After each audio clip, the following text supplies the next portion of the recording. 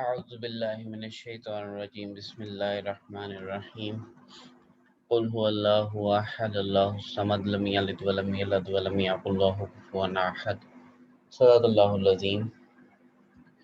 Dear students, welcome to today's session. और today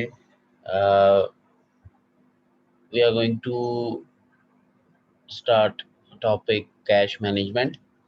उससे पहले थोड़ी सी रिवीजन कर लें। हमने कल क्या किया था। We discussed about the financial assets.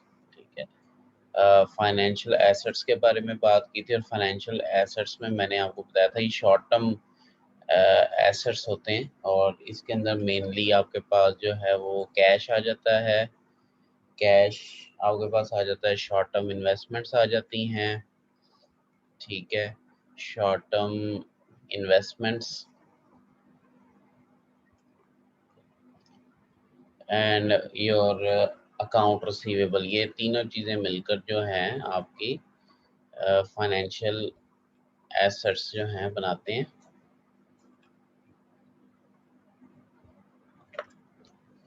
ठीक है, और हमने इसकी वैल्यूएशन की थी। कैश जो है वो अपनी फेस वैल्यू के ऊपर रिकॉर्ड किया जाता है। जब भी बैलेंस शीट में हम उसे रिकॉर्ड करते हैं फेस वैल्यू पर रिकॉर्ड किया जाएगा। शॉर्ट टर्म इन्वेस्टमेंट्स जो हैं वो मार्केट वैल्यू पे, ठीक है, it is exception of the cost principle, market value पे रिकॉर्ड किए जाते हैं। ठीक है, और अकाउंट रिसीवेबल जो हैं वो नेट रियलाइजेबल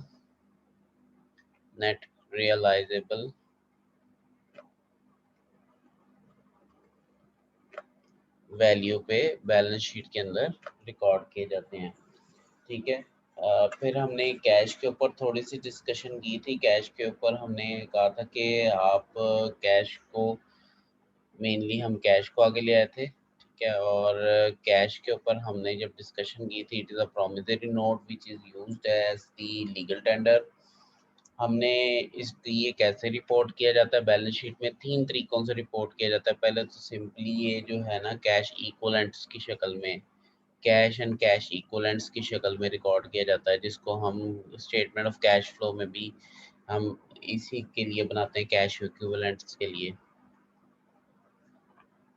ठीक है, और ये कैश इक्विवेलेंट्स जो हैं ये शॉर्ट टर्म बहुत ही लिक्विड एसेट्स होते हैं और ये विद इन 90 डेज़ जो हैं वो मैच्योर हो जाते हैं। ठीक है, 90 डेज़ के मैच्योर हो जाते हैं और ये जो हैं इनकी मार्केट वैल्यू स्टेबल होती है और ये कैश के साथ जो है वो लिखे जाते हैं। बहुत ही लिक्विड होते हैं ये। ठीक है, बहुत ही लिक्विड एसेट्स होते हैं ये। इसके बाद हमने कहा था कैश बैलेंस शीट में एक रिस्ट्रिक्टेड कैश होता है। ठीक है, रिस्ट्रिक्टेड, और रिस्ट्रिक्टेड कैश जो है वो हम उसको जब देखते हैं तो रिस्ट्रिक्टेड कैश करंट एसेट नहीं होता, ये करंट लाइबिलिटीज़ को पे करने के लिए अवेलेबल नहीं होता और ये जो है ये एक इन्वेस्टमेंट के तौर पे इसको लिखा जाता है। बैलेंस शीट में इसको रिस्ट्रिक्ट कर लिया जाता है किसी मकसद के लिए, तो ये आपका करंट एसेट नहीं होता। बैक फिर आपके पास आ जाता है लास्टली हम कैश को लाइंस ऑफ क्रेडिट की शक्ल में।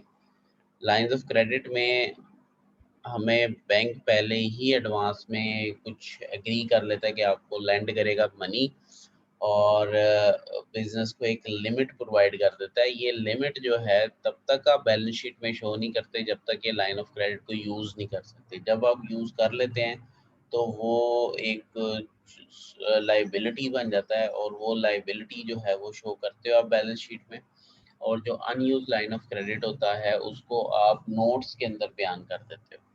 ठीक है, ये हमने कल के लेक्चर में काफ़ी डिटेल में इसके ऊपर डिस्कशन की थी। Today we are going to do is cash management. Financial asset में हमने अगर अपने कैश को कैसे मैनेज कर सकते हैं, हम अपने बिजनेस में कैश को कैसे मैनेज करेंगे। तो इसके लिए कैश मैनेजमेंट को अगर हम डिफाइन करें, it is the planning, controlling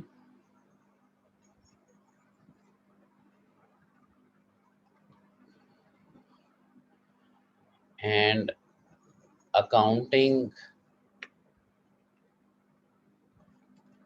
for cash transactions।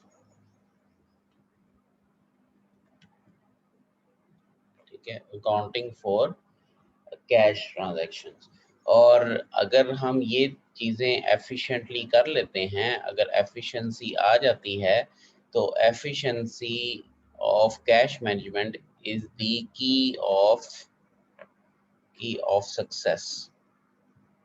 ठीक है, हमें ज़रूरी है कैश मैनेजमेंट में एफिशिएंसी लेकर आना, वो हमारे लिए एक किस्म का बेनिफिट होता है। अब नाम से ज़ाहिर है कि आपने अपने बिजनेस के लिए कैश मैनेजमेंट करनी है, और क्या मकसद होते हैं कि बिजनेस कैश मैनेजमेंट फोकस करता है। व्हाट आर द, एक क्वेश्चन रेज होता है यहाँ पे, what are the objectives of cash management.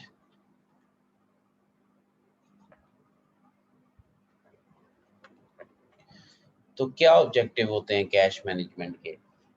सबसे पहले तो ये ऑब्जेक्टिव होता है कि हम लोग प्रॉपरली और एक्यूरेट एक्यूरेटली अकाउंटिंग कर सकें, accurate accounting for cash receipts. मतलब हमें जो कैश रिसीट्स हुई हैं उसको हम प्रॉपरली रिकॉर्ड कर सकें कैश मैनेजमेंट में। Disbursements, cash disbursements,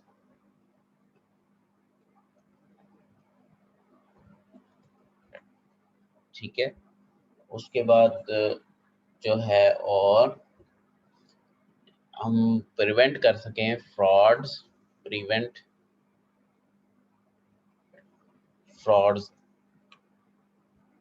and theft. अगर आप प्रॉपर अपना कैश को मैनेज नहीं करोगे तो क्या होगा, देयर विल बी एक्टिविटीज़ जहाँ पर आपके साथ फ्रॉड होने के चांसेस भी ज़्यादा हैं, और आपका पैसा चोरी होने के भी चांसेस ज़्यादा हैं। और हमारा मकसद क्या होता है कैश को, पहले तो कैश की रिसीट्स को रिकॉर्ड करना, कैश डिसबर्समेंट को रिकॉर्ड करना। ये दोनों आप रिकॉर्ड कर लेते हैं तो हमारे कैश बैलेंसेस जो हैं वो हमारे ठीक हो जाते हैं, मतलब उनको हम प्रॉपरली एक्यूरेटली अकाउंटिंग उनकी कर सकते हैं। दूसरा मकसद हमारा ये है कि हम लोग प्रिवेंट करें फ्रॉड एंड थेफ्ट को, चोरी और फ्रॉड को हम प्रिवेंट करें, उसके लिए हम कैश को प्रॉपरली मैनेज करते हैं। और उसके अलावा हम लोग देखते हैं कि हम ये अश्योर करें कि assure the availability availability of adequate amount of cash। ठीक है, ये बड़ा इम्पोर्टेंट है कि हमारे पास कैश की अवेलेबिलिटी हो एडिक्वेट अमाउंट की। वो क्यों हो? क्योंकि आपने डेली जो एक्सपेंसेस पे करने हैं उसके लिए आपके पास कैश मौजूद होना ज़रूरी है। आपने जो लाइबिलिटीज़ डेली की पे करनी है, जो ऑब्लिगेशंस पे करनी है, आपने जो परचेजेस की हैं उनकी अमाउंट जो पे करनी है, उसके लिए आपके पास एक adequate amount of cash her time लाजमी होना ज़रूरी है। लेकिन आपके पास इतना ज़्यादा पैसा नहीं होना चाहिए कि वो इडल पड़ रहा है। ठीक है, तो ये एक और ऑब्जेक्टिव ये होता है कि हम लोग एक लिमिट डिसाइड करें, उस लिमिट तक हमारे पास पैसा हो, और वो लिमिट भी हमें पता हो कि कितनी है। तो हम एक अवॉइड करें उस चीज़ को, ये भी हमारा बहुत ही वैलिड किस्म का है ऑब्जेक्टिव है कि हम लोग कैश मैनेजमेंट में ऐसे मैनेज करें कि हमारे पास सिर्फ एडिक्वेट अमाउंट ऑफ कैश होना चाहिए। अननेसेसरीली मतलब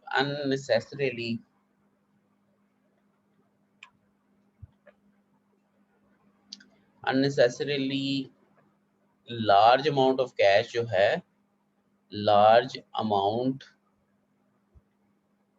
ऑफ इडल कैश, ठीक है, ऐसा कैश जो बस पड़ा हुआ है और ना वो इस्तेमाल हो रहा है बिजनेस में, ना उसका कोई यूज़ हो रहा है, लेकिन वो पड़ा हुआ है और उसकी वैल्यू में कमी आती जा रही है और वो हम लोग अपने पास रखा हुआ है उसको और उसको कहीं इस्तेमाल नहीं कर रहे। इस तरह बिज़नेस को बहुत नुकसान होता है।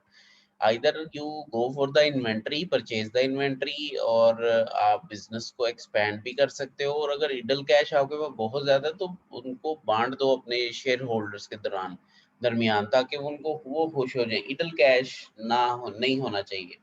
ठीक है, अगर लेट्स से इडल कैश का मतलब ये है कि आपके पास बिज़नेस के पास एक किस्म का एक्सेस कैश है, ज़्यादा कैश है। अब अगर आपके पास लेट्स से एक्सेस कैश आ जाता है, तो आप उसको कैसे यूज़ कर सकते हो, ठीक है? यूज़िंग दी अब नेक्स्ट क्वेश्चन आ जाता है आपके पास कि अगर हमारे पास एक्सेस कैश है, ठीक है? तो हम उसे कैसे यूज़ कर सकते हैं एफिशिएंटली, ठीक है? Using access cash efficiently.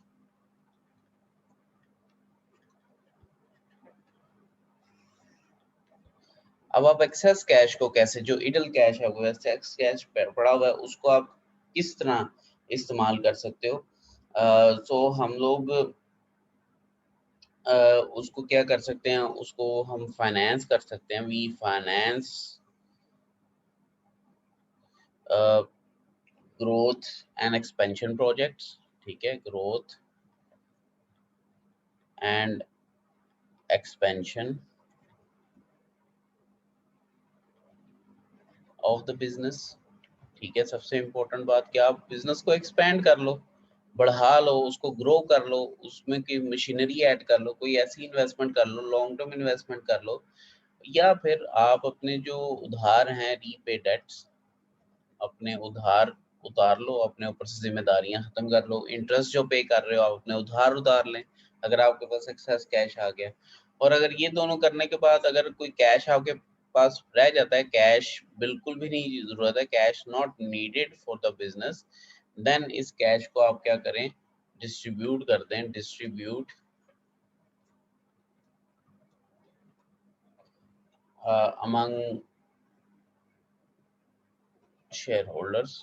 तो शेयर होल्डर्स को खुश कर दें आप, शेयर होल्डर्स के दरमियान जो है कैश को डिवाइड कर दें। ये भी आपके बिजनेस की एक अच्छे जो है वो प्लेटफॉर्म होने का सबूत देता है कि आपने अपने बिजनेस के जो कैश है उसको जो आपके पास आपको ज़रूरत नहीं है उसको आपने शेयर होल्डर्स में डिवाइड कर दिया और शेयर होल्डर्स को आपने खुश कर दिया। इससे ये होगा कि मज़ीद शेयर होल्डर्स आपके बिज़नेस की तरफ अट्रैक्ट होंगे, आपके बिज़नेस के अंदर इन्वेस्टमेंट करेंगे और एक पॉजिटिव सा सिग्नल जाएगा कि हमारा बिज़नेस जो है वो इतना कैश जनरेट कर रहा है कि हम अपने शेयर होल्डर्स का ख़्याल रख रहे हैं, उनको जो है वो कैश डिस्ट्रीब्यूट कर रहे हैं। तो अगर आपके पास सक्सेस कैश है, आप फाइनेंस कर दें growth expansion projects of the business, और अगर उसके अलावा भी है तो आप अपने डेट्स को पे कर दें, ठीक है? और आपके पास अगर कैश ज़रूरत नहीं है तो आप उसको जो है वो डिस्ट्रीब्यूट कर दें अमंग शेयर होल्डर्स। तो एक्सेस कैश को आप ऐसे एफिशिएंटली इस्तेमाल कर सकते हैं। नेक्स्ट आ जाता है जी हमारे पास एक और क्वेश्चन आ जाता है। अभी तक हम लोगों ने जो डिस्कशन की है, we discussed about the cash management, is it planning controlling accounting of cash transactions. और ऑब्जेक्टिव्स को हमने देखे हैं कि क्या ऑब्जेक्टिव्स होते हैं कैश मैनेजमेंट के, कैश रिसीव डिसबर्समेंट को कंट्रोल करना, प्रिवेंट फ्रॉड एंड थेफ्ट करना, availability adequate of amount cash को अश्योर करना, उसके बाद जो है अननेसेसरीली कैश को अवॉइड करना बिजनेस के अंदर, और अगर हमारे पास कोई एक्सेस कैश है उसको हम कैसे एफिशिएंटली इस्तेमाल कर सकते हैं ग्रोथ प्रोजेक्ट्स में, हम इस्तेमाल कर सकते हैं, हम अपने डेट्स को रीपे कर सकते हैं और जो कैश हमें ज़रूरत नहीं है वो हम शेयर होल्डर्स में डिवाइड कर सकते हैं। Now coming towards the internal control over cash के how you create a good internal control mechanism for cash. So internal control over cash के ऊपर आपके ऊपर क्वेश्चन हो सकता है कि how can you create a efficient internal control over cash, ठीक है? Internal control over cash. हम ये सारी चीज़ें क्यों कर रहे हैं? इसका मकसद ये है कि चूँकि हमारे डेली बेसिस पे जो कैश की ट्रांज़ैक्शंस हैं, वो बहुत ज़्यादा होती हैं। अगर बिज़नेस जितना भी एक्सपैंड करता जाए, उसकी कैश की ट्रांज़ैक्शन बेतहाशा होती हैं। पेटी कैश ट्रांज़ैक्शन बहुत ज़्यादा होती हैं। जो पेमेंट और रिसीविंग हो रही होती है, वो कैश के थ्रू आपकी बहुत ज़्यादा हो रही होती है और इसकी ट्रांज़ैक्शंस जो हैं, उसके लिए हमें एक इंटरनल कंट्रोल का मैकेनिज्म बनाना पड़ता है, क्योंकि जब कैश की ट्रांजैक्शन बहुत ज़्यादा हो रही हैं तो थेफ्ट के चांसेस भी ज़्यादा हो रहे हैं, कैश की मिसमैनेजमेंट भी ज़्यादा हो रही है। काफ़ी कुछ जो है वो आपके जो है बिज़नेस के ऊपर आपको फेस करना पड़ रहा है, जिसके लिए हमें एक स्ट्रॉन्ग इंटरनल कंट्रोल की ज़रूरत होती है। अब इंटरनल कंट्रोल मतलब आप कैश को कैसे सिक्योर कर सकते हो कि बिज़नेस को हम जो है वो सिक्योर करें। बिज़नेस जो है हमारा अ, एक एक ऐसा हम सेटअप बना दें कि हम लोगों को प्रॉब्लम ना हो कि हमारा कैश जो है वो अ, कहीं उसकी मिसअप्रोप्रिएशन तो नहीं हो रही, फ्रॉड, थेफ्ट तो नहीं हो रहा उसके अंदर। उसको इन चीज़ों को रोकने के लिए हमें कुछ ऐसे इक़दाम करने पड़ते हैं कारोबार के अंदर कि जिससे हमारा जो कैश का जो कंट्रोल है वो स्ट्रॉन्ग होता है। तो उसके लिए कुछ सजेशंस जो हैं आपको दी गई हैं, उसमें सबसे पहला जो है आप क्या करते हो, सेग्रीगेट करते हो, अ, सेग्रीगेट ऑथराइज़ेशन ऑथराइज़ेशन मतलब मोस्टली ऐसा होता है, कुछ छोटे बिज़नेसेस जो होते हैं, उसके अंदर ये होता है कि जो कैश को रिपोर्ट कर रहा होता है, वही कैश को रिकॉर्ड कर रहा होता है। मतलब जो कैश को हैंडल कर रहा होता है, जिसके पास कैश जिसके पास होता है, जो कैश से खर्चे कर रहा होता है, वही उसकी अकाउंटिंग भी कर रहा होता है। अब उसके लिए मुश्किल नहीं है, लाइक अगर कोई चीज़ वो लेकर आया है और वो 500 का बिल है, तो वो उसको 1000 में कन्वर्ट कर ले। क्योंकि अकाउंटिंग रिकॉर्ड तो उसी ने मेंटेन करना है, वो उसको ठीक कर लेगा। तो सबसे पहले इंटरनल कंट्रोल को स्ट्रॉन्ग करने के लिए ज़रूरी है कि आप जो है सेग्रीगेट करते हैं ऑथराइज़ेशन को। मतलब जो कस्टडी है वो सेपरेट कर दें, ठीक है? कस्टडी जिसके पास है कैश की या कैश हैंडलिंग जो है, ठीक है? कस्टडी ऑफ कैश मतलब कैश हैंडलिंग आप अलग कर दें और अकाउंटिंग जो है अकाउंटिंग एंड रिकॉर्डिंग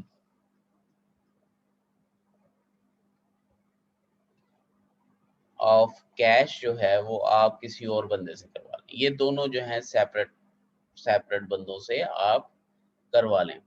तो उससे क्या होगा, काफ़ी आपकी चीज़ें कंट्रोल हो जाएँगी। मैनिपुलेशन ऑफ अकाउंट जो हैं वो नहीं होगा। दूसरा एक इंटरनल स्ट्रॉन्ग इंटरनल कंट्रोल अगर आपने क्रिएट करना है कैश के ऊपर, तो जब भी आपका कोई भी फाइनेंशियल ईयर स्टार्ट हो या आपका मंथ स्टार्ट हो, तो आप कोशिश करें यू प्रिपेयर कैश बजट। अपना एक बजट बना लें और उस बजट पे रहने की कोशिश करें। आपके काफ़ी एक्सपेंसेस जो हैं और काफ़ी चीज़ें जो हैं वो कंट्रोल हो जाएँगी। तो this is important, prepare cash budget, ठीक है? मतलब आप प्लान करें, you plan your cash receipts कि हमने कितने पैसे रिसीव करने हैं इस महीने में या इस साल में, ठीक है? Cash sheets account financial year जो भी आप देख रहे हैं, मतलब पेमेंट्स आप अपनी प्लान कर लें कि क्या किन-किन लोगों को हमने पेमेंट्स करनी है और उसके अलावा जो है आपके कैश बैलेंसेस जो हैं उनको आप जो हैं अपने पास कैश बैलेंसेस को अपने पास क्या कर लें, एक किस्म का प्लान कर लें, एक बजट आप बना लें, ठीक है? देन जो स्ट्रॉन्ग इंटरनल कंट्रोल आप कर सकते हैं वो आप जिस जगह पे और जिस टाइम पे जो आप कैश की रिसीविंग हो रही है, उसको रिकॉर्ड करना शुरू कर दें। इससे भी थेफ्ट और फ्रॉड कम हो जाते हैं। मतलब यू स्टार्ट कंट्रोल लिस्टिंग्स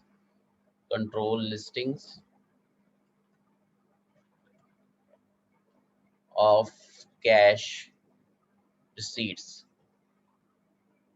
ठीक है?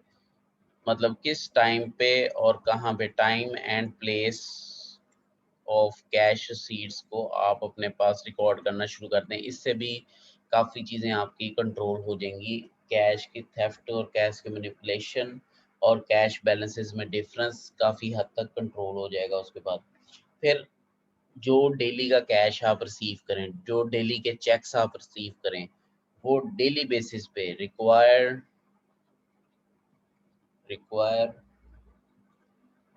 डेली डिपॉजिट्स, डेली बेसिस पर आप अपने बैंक के साथ डील करेंगे। डेली बेसिस के ऊपर आप उसको अपने चेक्स और कैश डिपॉजिट करवाएंगे जो आपने ड्यूरिंग द डे आपने रिसीव किए हैं, जो आपकी कैश रिसीट्स हुई हैं। ठीक है, कोशिश करें what when you are in a business, तो try to make all payments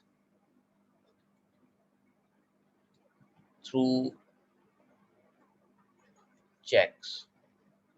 ठीक है, इससे ये होता है, एक तो टैक्स अथॉरिटीज को मसला नहीं होता, वो आपका एक ट्रेल बन जाता है, चेक्स के ऊपर नाम आ जाते हैं, किसको पेमेंट की है, ये सारी चीज़ें आ जाती हैं।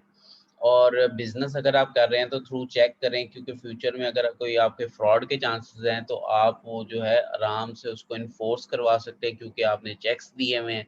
और चेक्स का चूंकि ट्रेल होता है, बैंक के पास रिकॉर्ड होता है, आप उस रिकॉर्ड की बेस पे थेफ्ट और फ्रॉड से बच सकते हैं बहुत आराम से। थेफ्ट भी खत्म हो जाता है, क्योंकि मोस्टली जो है क्रॉस चेक्स होते हैं। ठीक है, एक तो बेरर चेक होता है, बेरर चेक में एक ये कैश की तरह का होता है कि जो बंदा जाएगा बैंक में वो चेक से अमाउंट निकलवा लेगा। मोस्टली हम बिजनेस बेरर चेक्स पे नहीं करते, बहुत स्मॉल सी ट्रांजैक्शन जो है वो बेरर चेक्स पे होती हैं। जो लार्ज ट्रांजैक्शन थोड़ी सी होती हैं उनके ऊपर हम लोग क्रॉस चेक्स यूज़ करते हैं। हम उस बंदे का नाम यूज़ करते हैं और वही बंदे के अकाउंट के अंदर जो है अमाउंट जाती है, वो बड़ी सिक्योर पेमेंट जो है वो हो जाती है। ठीक है, एक्सेप्शंस आर देयर, एक्सेप्शन इसमें है क्योंकि आप लोगों के जो स्मॉल पेमेंट्स हैं, जो आपकी डेली लाइफ की रूटीन है उसके अंदर आपके चेक्स नहीं होते, तो पेटी कैश फंड से हम लोग उसमें पेटी कैश फंड क्रिएट कर लेते हैं और पेटी कैश फंड से उसकी जो है वो पेमेंट्स की जाती हैं मोस्टली। तो this is an exception to this internal control, लेकिन मोस्टली अगर आपने बिजनेस करना है तो you have to go for the payment through cheques process. ठीक है, verify every expenditure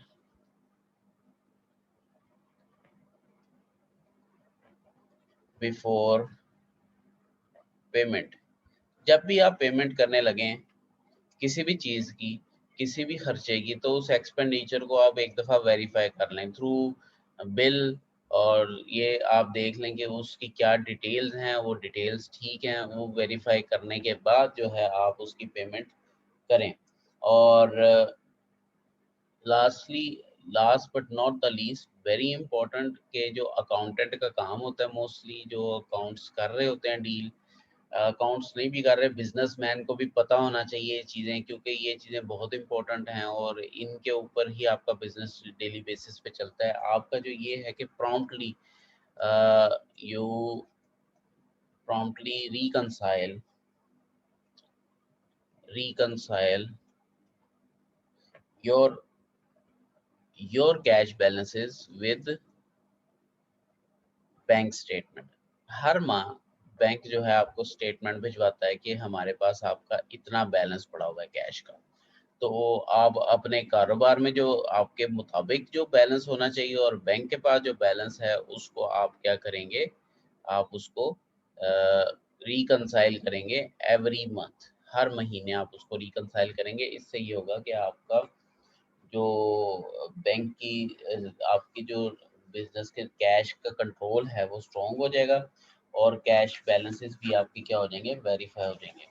bank reconciliation statement जो है उसके बारे में हम थोड़ी सी डिटेल में बात करेंगे बाद में। अब हमारा जो इशू आ जाता है आफ्टर कैश कंट्रोल भी, वो आ जाता है कैश ओवर एंड शॉर्ट का।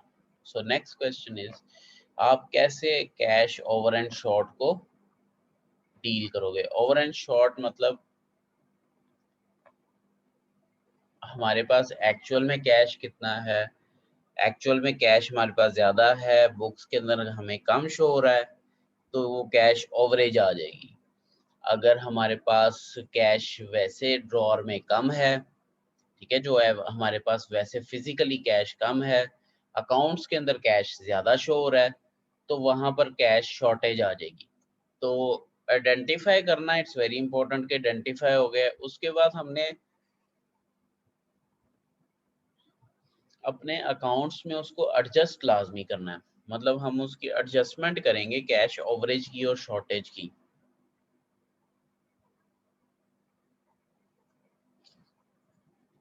तो क्या होता है, small errors,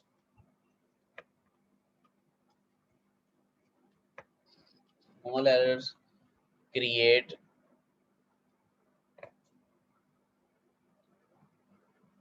cash shortage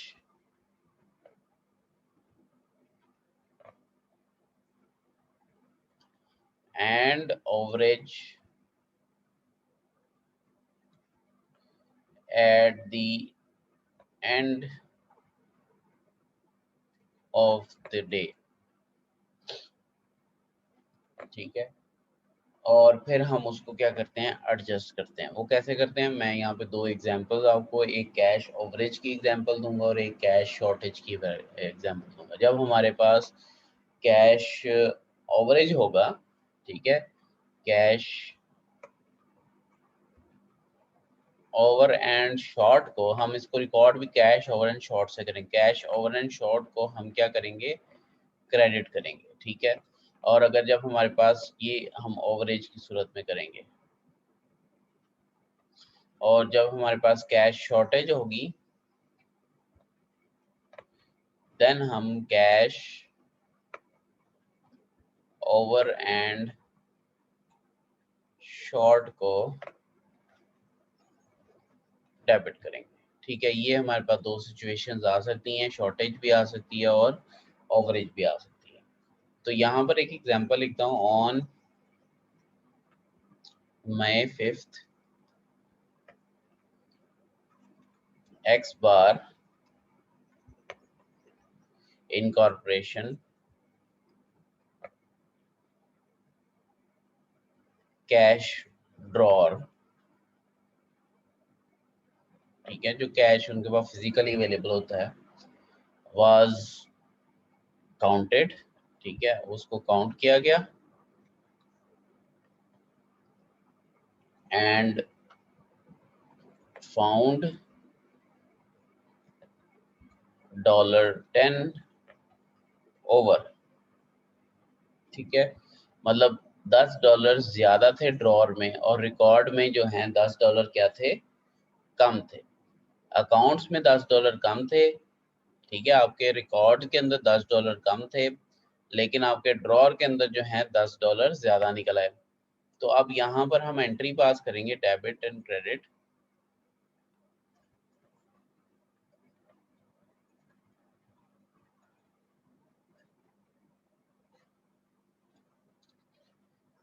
entry होगी हमारे पास, कैश अकाउंट डेबिट हो जाएगा, तो कैश बढ़ गया आपके पास क्योंकि कैश शॉर्टेज आ रहा था रिकॉर्ड में। कैश अकाउंट डेबिट हो जाएगा आपका $10 से, और हमारा जो कैश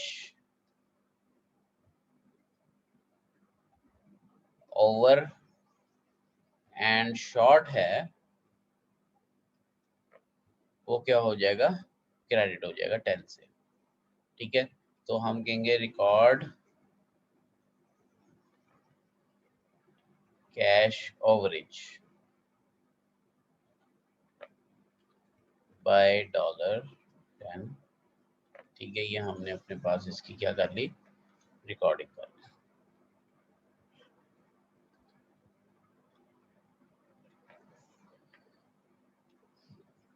सेकेंड एग्जांपल आ जाती है, कैश सेल्स हुई, cash sales during day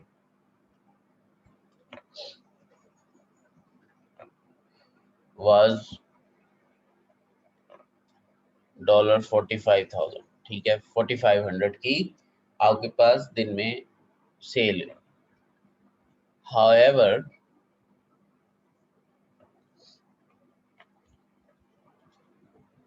cash receipts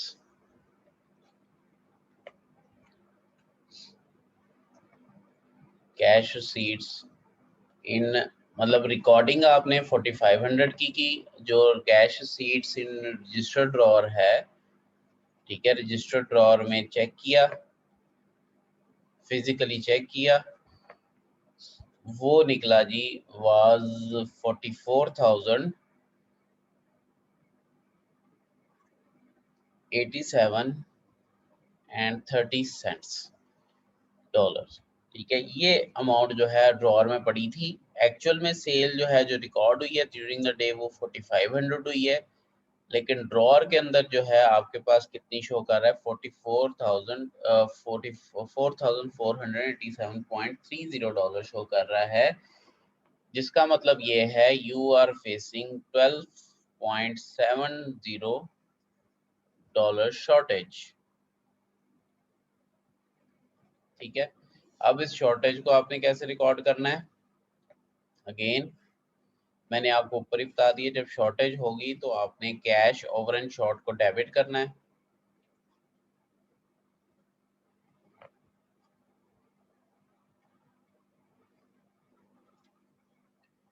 तो यहाँ पर हमारे पास आ जाएगा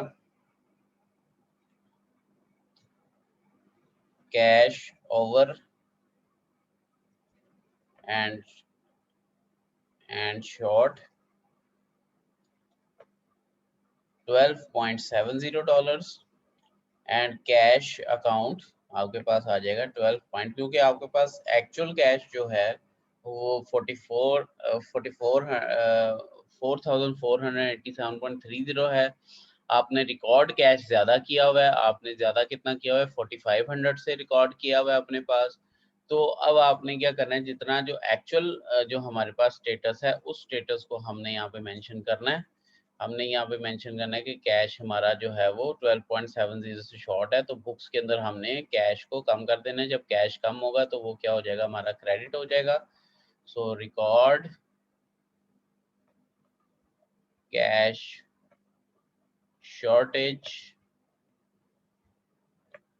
ऑफ डॉलर 12.70, ये आपने रिकॉर्डिंग करके इसको क्या कर देना है, आपने क्लोज कर देना है।